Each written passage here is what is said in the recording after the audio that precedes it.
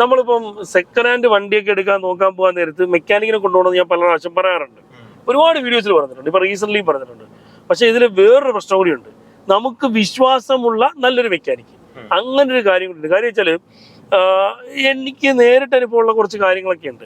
ഈ വണ്ടി വാങ്ങാൻ ചെല്ലാൻ നേരത്ത്, അല്ലെങ്കിൽ വണ്ടി നമ്മൾ ഇൻസ്പെക്ട് ചെയ്യാൻ ചെല്ലാൻ നേരത്ത് ഈ കച്ചവടക്കാർ നമ്മളെ സ്വാധീനിക്കാൻ ശ്രമിക്കും. അതായത് ഡേയ് അതൊന്ന് സെറ്റാക്ക്, എന്താ വെച്ചാൽ ആൾക്ക് വേണ്ട രീതിയിൽ തരാം. ഇപ്പൊ നമ്മളെ വിളിച്ചോണ്ട് പോകുന്ന ആൾ തരുന്നത് 500 രൂപ 1000 രൂപ ആയിരിക്കും, മറ്റൊരു ഓഫർ ചെയ്യുന്നത് 3000 രൂപ 4000 രൂപയ്ക്ക് ആയിരിക്കും. അപ്പം എനിക്കങ്ങനെ ഇഷ്ടംപോലെ അനുഭവങ്ങൾ ഉണ്ടായിട്ടുണ്ട്. എന്താ വെച്ചാൽ വേണ്ട രീതിയിൽ ചെയ്യാം, പൈസ തരാം എന്നൊക്കെ പറയും.